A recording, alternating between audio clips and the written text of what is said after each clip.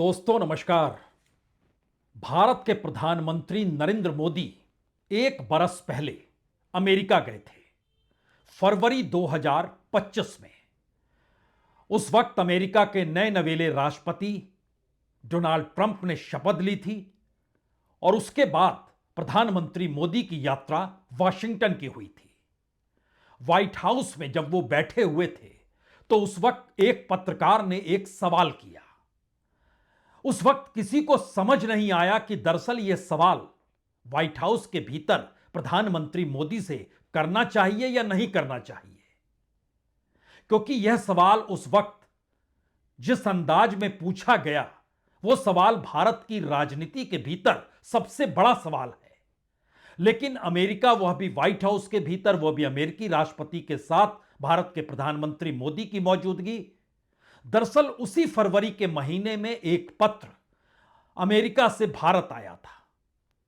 उस पत्र में इस बात का जिक्र किया गया था कि जो गड़बड़ियां, जो फ्रॉड, जो घूस और जो अमेरिकी निवेशकों को पैसा लेकर घूस में तब्दील करने की कोशिश अडानी ग्रुप के जरिए हुई है, उस पे हम चाहते हैं कि उनको यह नोटिस दे रहे हैं और उनके खिलाफ कार्रवाई अमेरिका के न्यूयॉर्क अदालत में चलेगी। फरवरी का ही वो महीना था और फरवरी 2025 से लेकर जनवरी 2026 तक इस दौर में औपचारिक तौर पर, यानी बकायदा ठप्पा मोहर लगाकर, दो बार पत्र लिखे गए। एक फरवरी में लिखा गया था, एक जनवरी में लिखा गया था, और इन दोनों प्रक्रिया के बीच में लगभग 11 बार संवाद हुआ अलग अलग पत्रों के जरिए। लेकिन भारत के कानून मंत्रालय ने यह कहकर उस पत्र को लौटा दिया बार बार कि दरअसल आप जो आरोप लगा रहे हैं वो आरोप लगाने की स्थिति में आप है ही नहीं। आप दुनिया के जिस कानूनों का जिक्र कर रहे हैं उस कानून के दायरे में आप ऐसा आरोप लगा भी नहीं सकते हैं। आप जो पत्र लिख रहे हैं इसमें ना तो मोहर है और ना ही कुछ ऐसी बातें लगती हैं जिससे लगे कि यह पत्र आप ही ने भेजा है। और आप जिस तरीके से कह रहे हैं कि हम इन्हें गिरफ्तार कर सकते हैं, हम इन्हें प्रत्यावर्तन करना चाहते हैं, यानी अपने देश ले जाना चाहते हैं, तो यह आपके अधिकार में आता ही नहीं है। जी, 2 पत्र, 11 बार पत्र और बाकी संवाद, भारत का कानून मंत्रालय सक्रिय है। और जिस शख्स के ऊपर आरोप लगाए जा रहे हैं वो गौतम अडानी है। हालांकि उन्होंने अपने तौर पर इनकार कर दिया ये तमाम आरोप बेबुनियाद है, इसका कोई आधार ही नहीं है, हमने कुछ ऐसा किया ही नहीं है। लेकिन उस अमेरिकी कंपनी, अमेरिकी ऑर्गेनाइजेशन, अमेरिकी अदालत, उसकी तरफ से जो मैसेज था कि आप इस कानूनी कार्रवाई को पहल तो कीजिए। लेकिन इन सारी परिस्थितियों के बीच कोई भी दस्तावेज इस देश के नागरिक गौतम अडानी तक नहीं पहुंचा। कानून मंत्रालय ने उसको बाइज्जत वापस लौटा दिया। और होते होते ऐसी परिस्थिति आ गई कि अब एक बार फिर उस ऑर्गेनाइजेशन ने अदालत का दरवाजा खटखटाया और कहा कि जनाब, जिस आरोप से इनकार किया जा रहा है उस आरोप से बचने के लिए अमेरिका में ही उन लोगों ने कई वकीलों को हायर किया हुआ है, कई कानूनी फर्म्स को हायर किया हुआ है। तो ऐसा क्यों नहीं करते हैं कि उन फर्म्स और वकीलों को ही हम नोटिस देते हैं, जिससे वो नोटिस कम से कम उनके पास तो चला जाए जिसे हम आरोपी मान रहे हैं, जिससे वो कौन सी प्रतिक्रिया देंगे यह तो पता चले, फिर ना कानूनी कार्रवाई शुरू होगी। तो 48 घंटे पहले यह पत्र न्यूयॉर्क की अदालत को दे दिया गया। हमें लगता है आज एक एक चीज इसलिए समझने की जरूरत है कि क्या अमेरिका के भीतर अब यह सवाल बड़ा हो गया है कि अडानी के रिश्ते प्रधानमंत्री मोदी के साथ हैं और प्रधानमंत्री मोदी की सरकार वहां पर जो कानूनी कार्रवाई है उसके बीच में रोक लगा रही है और अब सीधी पहल की कार्रवाई होनी चाहिए। यह पहला सवाल है। दूसरा सवाल है, क्या इस दौर में भारत का कानून मंत्रालय बिना प्रधानमंत्री के इजाजत के अडानी को लेकर जो नोटिस आते रहे और उसको बैरंग जो वापस भेजा जाता गया, और उसके बाद अब कानूनी कार्रवाई जो अगले 24 घंटों में जिस पे फैसला आ जाएगा कि हां, आप ईमेल के जरिए वकीलों को सूचित करिए, वकील अपने क्लाइंट को सूचित करेगा, क्लाइंट उस पर प्रतिक्रिया देगा और बकायदा उसमें दो बातों का जिक्र किया गया है जो अदालत में सौंपा गया है। अदालत में इस तौर पर लिखा गया है कि दरअसल जो कानून हमारे यहां है यानी अमेरिका के भीतर, उसमें जो नियम कायदे हैं उन नियम कायदों की अनदेखी हम नहीं कर सकते हैं और उसके लिए जो अमेरिकी कानून की जो वहां की आंतरिक प्रक्रिया है 5B 7 CFR 202.5/B, और होते होते बात उसके आगे चली गई कि ऐसी स्थिति भी आ सकती है कि किसी एक सेक्शन के तहत जो आरोप लगाए जा रहे हैं उनका प्रत्यावर्तन करने के लिए अमेरिका दबाव बना दे, इसके लिए भी रास्ता आपको खोलना चाहिए। इन तमाम सवालों पर आए, लेकिन हमने चूंकि शुरू में एक बात का जिक्र किया आपसे कि वो कौन सा सवाल था और ऐसा सीधा सवाल जो पूछा गया उस पर प्रधानमंत्री मोदी का क्या जवाब था, हमें लगता है आज पहले उसको सुन लेना चाहिए, तब एक एक पॉइंट एक एक हिस्से को खोला जाएगा। पहले फरवरी 2025 वाशिंगटन व्हाइट हाउस, उसमें जर्नलिस्ट का सवाल और प्रधानमंत्री मोदी का जवाब। Prime Minister Modi, have you asked the President to take action on that case? Thank you. पहली बात है, भारत एक लोकतांत्रिक देश है और हमारे संस्कार, हमारी संस्कृति वसुधैव कुटुंबकम की है। हम पूरे विश्व को अपना एक परिवार मानते हैं। हर भारतीय को मैं अपना मानता हूं। दूसरी बात है, ऐसे व्यक्तिगत मामलों के लिए दो देश के मुखिया न मिलते हैं, न बैठते हैं, न बात करते हैं। यह फरवरी 2025 का वाकया है। उस वक्त न्यूयॉर्क टाइम्स ने खबर छापी।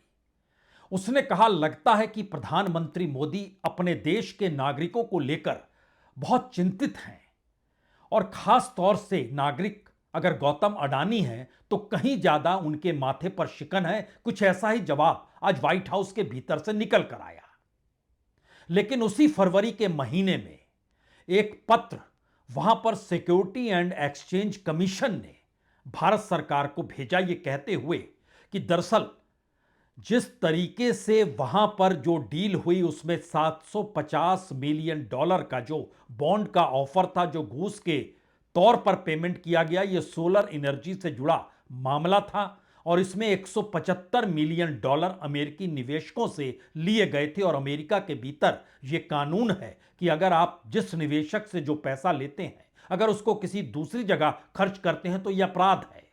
और अपराध की श्रेणी इसलिए ज्यादा बड़ी है क्योंकि उसमें भारत के एक अधिकारी को घूस के तौर पर वो पैसे दिए गए। सरकार ने उस पत्र को लौटा दिया बैरंग, ये कहते हुए कि तकनीकी वजह है, इसको हम नहीं मानते, और उसकी कई वजह बताई गई और वो वापस भेज दिया गया। उसके बाद वो सिलसिला शुरू हुआ पत्र का। उस पत्र के जरिए फिर दोबारा अमेरिका का इस बात का जिक्र किया गया, वहां की ऑर्गेनाइजेशन ने जिक्र किया कानूनों के जरिए कि देखिए, जो आंतरिक प्रक्रिया का नियम 5B है जो ये तय करता है कि एजेंसी प्रवर्तन कार्रवाई कैसे शुरू करती है या मामलों को न्याय विभाग या स्वयं नियामक से कैसे भेजती है, यह भी वहां पर व्यवस्था है। और इसके साथ साथ यह भी जिक्र किया गया कि बकायदा दुनिया के भीतर एक कन्वेंशन है जिसमें एक देश की एजेंसियां दूसरे देश के नागरिकों को कानूनी दस्तावेज भेज सकती है। तो ऐसे में भारत के भीतर यह जिम्मेदारी कानून मंत्रालय जो लॉ मिनिस्ट्री है उसके महत जो डिपार्टमेंट ऑफ लीगल अफेयर्स है उसको यह कार्रवाई करनी चाहिए। तो अमेरिकी जांच एजेंसियां गंभीर आरोप लगा रही है। यहां से कहा गया, नहीं, आपने जो पत्र भेजा है उस पत्र में ना तो मुहर की व्यवस्था है, ना ही यह समझ में आ रहा है कि जो पत्र भेजा गया उसका कोई महत्व भी है या नहीं है, क्योंकि सामान्य तौर पर जो पत्र भेजा जाता है वो ऐसे भेजा ही नहीं जाता है। तब अमेरिका की तरफ से एक और पत्र आया, उसमें कहा गया कि हेग कमीशन में ऐसा कुछ भी नहीं है कि उस पर कोई मुहर मारी जाए, किसी के हस्ताक्षर हो। तब कहा गया ये पूरा मामला हेग एजेंसी के तहत आता ही नहीं है। तब उन्होंने कहा कि पब्लिकली अडानी ग्रुप इस पर सार्वजनिक तौर पर बयान भी दे रहा है और अपने आप को बता भी रहा है पाक साफ, और बेबुनियाद आरोप का जिक्र भी कर रहा है। यह मामला कोर्ट के अधीन है, तो यहां आकर सफाई देनी है या वहां से देनी है, तो हमें क्या इस दिशा में कार्रवाई आगे करनी चाहिए। फिर उसे खारिज किया गया। और ये कई बार प्रक्रिया चलते चलते दिसंबर के महीने में एससीसी ने, जो कि वहां पर सिक्योरिटी एंड एक्सचेंज कमीशन है, उसने खुले तौर पर लेटर भेजकर यह साफ तौर पर कहा कि नहीं, आप जो कह रहे हैं वो गलत है। यहां से कहा गया आप जिस नियम का जिक्र कर रहे हैं वो गलत है। और इस तरीके से पत्राचार और बातचीत सरकार के बीच जो चल रही थी, वहां से वो चलते चलते उस मुकाम पर आकर खड़ी हो गई जहां पर एसईसी यानी सिक्योरिटी एंड एक्सचेंज कमीशन ने सीधे तौर पर अदालत, जो न्यूयॉर्क के ईस्टर्न डिस्ट्रिक्ट कोर्ट है, वहां का दरवाजा खटखटाया। और पूरा मामला वहां के जज जो है, जज निकोलस जी गैरोफिक्स, 48 घंटे पहले वो दे दिया गया। और उनसे कहा गया कि देखिए, ये हर बात से इनकार कर रहे हैं, क्या हमको ये अधिकार नहीं है? आप इसमें हमें लाइन ऑफ एक्शन बतलाइए। और लाइन ऑफ एक्शन बहुत साफ है इसमें। पहले हम कानूनी तौर पर नोटिस देंगे, उस नोटिस का जवाब आएगा। अभी तक तो नोटिस ही उन तक नहीं पहुंचने दिया जा रहा है। उस नोटिस का जवाब आएगा, उस नोटिस के जवाब आने के बाद फिर हम कानूनी शक्ल में उस पर कार्रवाई शुरू करेंगे। और अगर सरकार नहीं भेजती है तो दोनों देशों के बीच जो प्रवर्तन का समझौता है उसके तहत उन्हें लाया जाएगा। वो एक लिहाज से गिरफ्तारी भी होती है। अब ये बात आते आते यहां पर आकर फंस गई कि इसका असर अब कंपनी पर भी होने लगा। इसका असर अंतर्राष्ट्रीय तौर पर भी पड़ा है। क्यों? क्योंकि अडानीज की कंपनी सिर्फ देश के भीतर नहीं, हमने बताया ना, दुनिया के लगभग हर देश में। और प्रधानमंत्री मोदी के साथ उनकी निकटता की वजह से दुनिया के विकसित देशों के बैंकों से लिया हुआ कर्ज भी है। लेकिन बहरहाल लौटिए वापस देश के भीतर में। और पहले राउंड में यह समझिए कि जहां जहां उनकी कंपनियां हैं, ऑस्ट्रेलिया में है कोल और माइनिंग, रेल के साथ जुड़ी हुई है, इजराइल में पोर्ट भी है, डिफेंस भी है, बांग्लादेश में पावर है, श्रीलंका में पोर्ट्स है, इंडोनेशिया में कोल माइनिंग है, तंजानिया में पोर्ट है, वियतनाम में एयरपोर्ट रिन्यूएबल एनर्जी का है, डिफेंस के क्षेत्र में तो यूएई के साथ, इजराइल के साथ, अमेरिका के साथ भी और फ्रांस और ब्राजील के साथ भी जो समझौते हुए हैं वो हम आपको बतलाएंगे। लेकिन उससे पहले इस बात को भी अब समझना होगा कि दरअसल इस पूरी प्रक्रिया के भीतर बात होते होते यहां तक आ गई कि दुनिया भर के भीतर अगर वाकई प्रधानमंत्री के साथ अडानी घूमते रहे और देश की राजनीति के भीतर भी यह सवाल बड़ा होता चला गया, हमें लगता है कि भारत की राजनीति में पहली बार 2023 फरवरी का ही महीना था, फरवरी के महीने में राहुल गांधी ने खुले तौर पर पार्लियामेंट में इस बात को कहा। इलेक्शन से पहले की बात है, जब वो एलओपी नहीं थे, उस वक्त उन्होंने कहा, सुन लीजिए। अडानी जी के हवाई जहाज में मोदी जी जाते थे, अब मोदी जी के हवाई जहाज में अडानी जी जाते हैं। पहले लोकल मामला था, फिर नेशनल मामला हो गया, उसके बाद इंटरनेशनल मामला हो गया। तो मेरा सवाल प्रधानमंत्री जी से, और सिंपल सवाल है, प्रधानमंत्री जी आपकी फॉरेन ट्रिप्स पे अडानी जी और आप कितनी बार एक साथ गए? Adani ji, how many times did you travel together with Adani ji? How many times did Adani ji join you later on a visit? How many times did Adani ji travel to a country immediately after you did? And in how many of these countries after you visited did Adani ji get a contract? Bharat की राजनीति में अडानी और मोदी की दोस्ती का जिक्र विपक्ष ने बाखूबी उठाया और राहुल गांधी ने तो हर मौके पर इस सवाल को उठाया है। लेकिन यहां सवाल यह है कि अमेरिका के भीतर नवंबर 2024 में अमेरिकी अधिकारियों ने यह दावा किया कि 2020 से 2024 के बीच में जो भारत में सोलर पावर प्रोजेक्ट हासिल करने के लिए $250 मिलियन की रिश्वत दी गई, उसमें एक बड़ी रकम अमेरिका के निवेशकों से ली गई थी। हालांकि अडानी ग्रुप ने तुरंत इसको बेबुनियाद भी बताया और कहा कि कॉरपोरेट गवर्नेंस और नियमों का पूरे तरीके से पालन किया गया। यह सब कुछ 2024 में हो रहा है। अब यहां से असल चीज शुरू होती है, जो इस दौर की जियोपॉलिटिक्स, अमेरिका और भारत के टकराव, भारत के प्रधानमंत्री मोदी और अमेरिकी राष्ट्रपति की दोस्ती और कड़वाहट के बीच जो टैरिफ तक की लड़ाई है और अंतर्राष्ट्रीय तौर की जो परिस्थितियां हैं, उसमें अमेरिका के भीतर अब यह सवाल बड़ा होने लगा है कि क्या वाकई भारत को अगर कतार में खड़ा करना है टैरिफ के या अपने साथ समझौतों की कतार में खड़ा करना है, तो इस वक्त भारत के प्रधानमंत्री सबसे ताकतवर हैं। उस ताकतवर प्रधानमंत्री के सबसे करीबी अडानी हैं। इसीलिए अदालत में जो लिख के दिया गया उसमें इस बात का जिक्र है कि भारत सरकार का मंत्रालय, यानी सरकार के इच्छा के बगैर मंत्रालय कुछ काम कर नहीं सकता, और सरकार का मतलब प्रधानमंत्री मोदी प्रधानमंत्री हैं। तो जो लॉ मिनिस्ट्री इससे पहले जवाब देती चली गई कि वो मानती नहीं है हेग कमीशन, वो कहती है कि मोहर चाहिए, हस्ताक्षर चाहिए, वो मानती नहीं है कि इस क्षेत्र में प्रत्यार्पण की जरूरत पड़ सकती है, गिरफ्तारी की जरूरत पड़ सकती है, तो हमें एक अल्टरनेटिव रास्ता अदालत को बताना होगा, जो अदालत के हिस्से में, जो वहां पर सिक्योरिटी एंड एक्सचेंज कमीशन अदालत में, न्यूयॉर्क की अदालत में पहुंचा है। यानी जिक्र कहीं ना कहीं भारत के गवर्नेंस के तौर तरीके का आ गया। अगला सवाल उसमें यह भी कहा गया कि दरअसल हमारे पास लिखित तौर पर किसी भी सवाल का कोई जवाब अडानी ग्रुप की तरफ से नहीं दिया गया है, इसीलिए पहला अल्टरनेटिव व्यवस्था कीजिए कि उनकी तरफ से कोई जवाब तो आए। वो जवाब जो उन्होंने पब्लिकली दिया है वो पब्लिक में है। हमें कानूनी तौर पर कोई जवाब ही नहीं दिया गया, तो कानूनी कार्रवाई और उसके आगे कड़े रुख को कैसे अख्तियार करें। अब यहां पर सवाल है कि क्या वाकई फरवरी 2025 के बाद आज की तारीख में भारत और अमेरिका के संबंधों के भीतर की जो गांठ है वो और ज्यादा मजबूत होती जा रही है, दूरियां बढ़ रही है। अमेरिका लगातार भारत को ब्लैकमेल करने की कोशिश कर रहा है। वो भारत की नब्ज को पकड़ना चाहता है, नहीं पकड़ पा रहा है।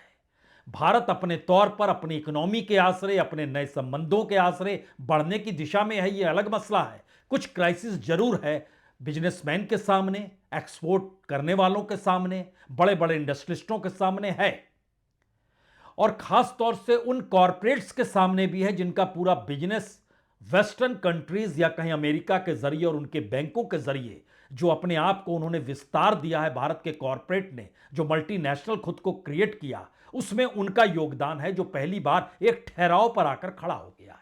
क्योंकि भारत सरकार की पॉलिसी और अमेरिका की पॉलिसी मैच नहीं कर रही है, लेकिन कॉरपोरेट का मुनाफा, उसकी अपनी करेंसी के तरीके, उसके अपने बिजनेस के तरीके, वो अभी भी अमेरिकन स्टाइल में है। उसमें कोई ऐसा परिवर्तन नहीं आ गया जिससे लगे कि हां भारत सरकार की यह नीति तो कॉरपोरेट की भी वो नीति होगी। यहां पर दो बातें हैं। पहली बात तो यह है, क्या यह कॉरपोरेट वार इस भारत की मौजूदा अमेरिका के साथ टकराव की नीति के तहत भारत के भीतर भी कोई कॉरपोरेट वार धीरे धीरे पनप रहा है, और किस कॉरपोरेट को निशाने पर लेना है, किसको रियायत देनी है, किस कॉरपोरेट के आश्रय भारत की राजनीति को भी समझना है, और किस कॉरपोरेट के आश्रय मौजूदा राजनीतिक सत्ता को भी ब्लैकमेल के दायरे में लाकर खड़ा कर देना है, ये परिस्थितियां हैं क्या। यहां पर इस बात का जिक्र इसलिए भी है क्योंकि एक क्षण के लिए दो बातों को समझना होगा।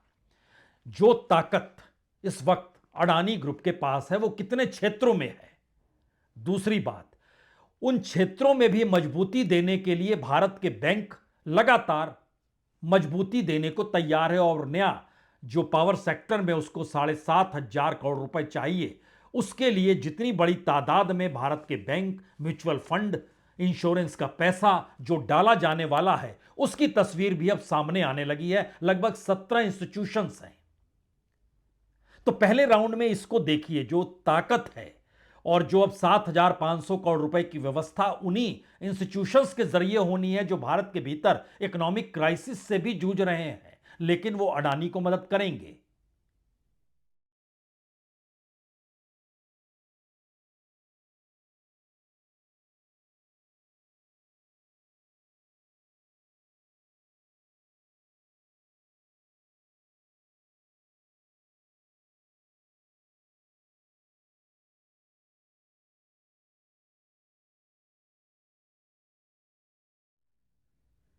कॉरपोरेट का कितना दखल या कॉरपोरेट का कितना साथ राजनीतिक सत्ता के साथ होता है, और भारत के भीतर कॉरपोरेट को लेकर नजरिया कभी भी व्हाइट मनी के आश्रय नहीं देखा जाता है, उसको ब्लैक मनी के आश्रय देखा जाता है।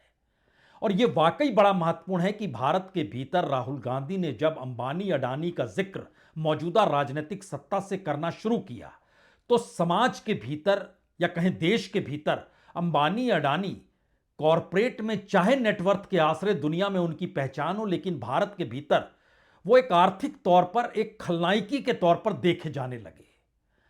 और बड़ा महत्वपूर्ण है इन सब के बीच, प्रधानमंत्री मोदी इसे नहीं समझते हो ऐसा भी नहीं है, क्योंकि ध्यान दीजिए 2024 तक चुनाव से ऐन पहले तक अंबानी अडानी का खुला जिक्र हो रहा था, लेकिन उसके बाद संविधान, ओबीसी, एससी, एसटी जो लगातार जिक्र नए तरीके से वोट बैंक को लेकर विपक्ष की राजनीति ने अपने हाथ में लिया, उस मौके पर लोकसभा इलेक्शन के भीतर अगर प्रधानमंत्री मोदी का एक भाषण अगर आप याद कीजिए तो वो खुद कहने लगे कि अच्छा अब आपने अंबानी अडानी का नाम लेना बंद कर दिया, इसका मतलब बहुत साफ है कि आपको उनसे पैसा मिल गया। यानी कॉरपोरेट पॉलिटिकल फंडिंग करता है, इस पर मोहर प्रधानमंत्री मोहर भी लगाते हैं। कॉरपोरेट के आश्रय भारत की राजनीति चलती है, इस पर भी मोहर लगती है। अमेरिका के भीतर यही सवाल बड़ा है कि वो कॉरपोरेट जो भारत की राजनीतिक सत्ता के साथ खड़ा है या राजनीतिक सत्ता उसके साथ खड़ी है, तो उसका दिया हुआ कोई भी सम्मन, कोई भी नोटिस उस तक क्यों नहीं पहुंच पाता और सरकार खुद क्यों ढाल बन जा रही है। वो तो एक व्यक्ति विशेष को लेकर एक हेग कमीशन के तहत जो तरीके होते हैं वो अपनाया गया है। लेकिन हमें लगता है, हम इसलिए जिक्र यहां जरूरी है कि प्रधानमंत्री मोदी का मई 2024 का एक भाषण सुनिए। वो खुद कह रहे हैं अच्छा अब आप अडानी का नाम नहीं लेते हैं तो इसका मतलब है आपने पैसा ले लिया। लेकिन जब से चुनाव घोषित हुआ है, इन्होंने अंबानी अडानी को गाली देना बंद कर दिया।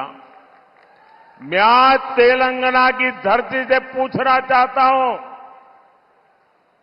जरा ये साझा घोषित करें कि इस चुनाव में ये अंबानी अडानी से कितना माल उठाया है, काले धन के कितने बोरे भर करके रुपये मारे हैं, क्या टेम्पो भर करके नोटे कांग्रेस के लिए पहुंची है, क्या सौदा हुआ है।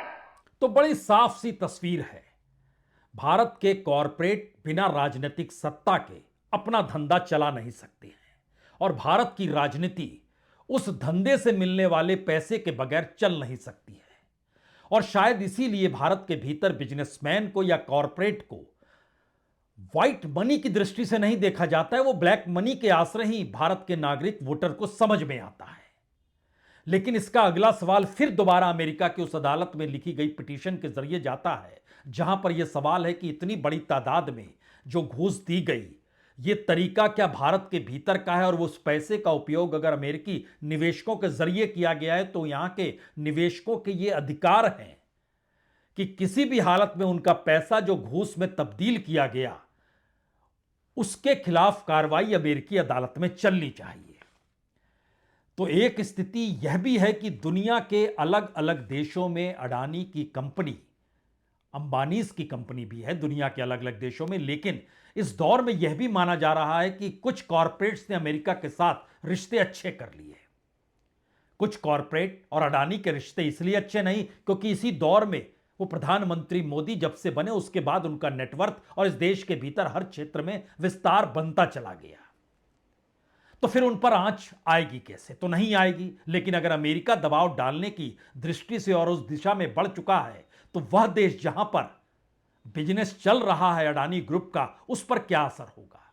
वो ऑस्ट्रेलिया हो, वो इजराइल हो, वो बांग्लादेश हो, वो श्रीलंका हो, वो इंडोनेशिया हो, वो तंजानिया हो, वो वियतनाम हो, या फिर डिफेंस को लेकर अमेरिका के भीतर भी एक समझौता। हमारी टीम ने इस पर काम किया, हमारी टीम ने इसको जानकारी दी, डॉक्यूमेंट्स के जरिए बताने की कोशिश की कि देखिए अमेरिका के साथ भी एक पार्टनरशिप है सेप्ट्रॉन, जो कि अमेरिकी based subsidiary of ELBIT system है, मई 2025 में जो प्रोड्यूस करती है anti submarine warfare solution India के लिए, उसके साथ भी अडानी ग्रुप का समझौता है। फ्रांस में अडानी के पार्टनर हैं थेल्स ग्रुप, जो लोकल मैन्युफैक्चरिंग करती है 70 mm का FZ275 LGR रॉकेट, और ब्राजील के साथ भी दिसंबर 2025 में अडानी ग्रुप ने एमओयू किया है एम्ब्रेरियर, जो कि एक्सप्लोर करता है एक लिहाज से, जो C390 millennium military transport aircraft India के लिए उसके साथ है। इसराइल के साथ तो डिफेंस सिस्टम में भी जुड़े हुए हैं, यूनाइटेड अरब अमीरात के साथ भी, वहां पर जो एज ग्रुप है उसके साथ भी जो मिसाइल, वेपन्स, एरियल सिस्टम जो है, इलेक्ट्रॉनिक वारफेयर है, साइबर टेक्नोलॉजी है, उसके साथ समझौते हैं। यानी दुनिया के अलग अलग देशों की दिशा में भी क्या अमेरिका इस तरीके से बढ़ सकता है, यह सवाल भी अब वहां पर बड़ा हो चला है। लेकिन इन सब के बीच इसका असर कंपनी पर तो पड़ रहा है, और जो लेटर आया और लेटर जो लिखा गया अमेरिकी अदालत में, उसके बाद आज शेयर बाजार में एक झटके में अडानीज ग्रुप के हर, चाहे वो अडानी ग्रीन एनर्जी हो, अडानी एनर्जी सॉल्यूशंस हो, अडानी इंटरप्राइजेज हो, अडानी पोर्ट्स एंड एसईजेड हो, अडानी पावर हो, अडानी टोटल गैस हो, लगभग 3.4% से लेके 14.5% तक नीचे चले गए। और सिर्फ आज ही के दिन $12.5 बिलियन का नुकसान अडानीज की नेटवर्थ में हो गया, जो शेयर बाजार में उनका नीचे चला गया इस लेटर के बाद।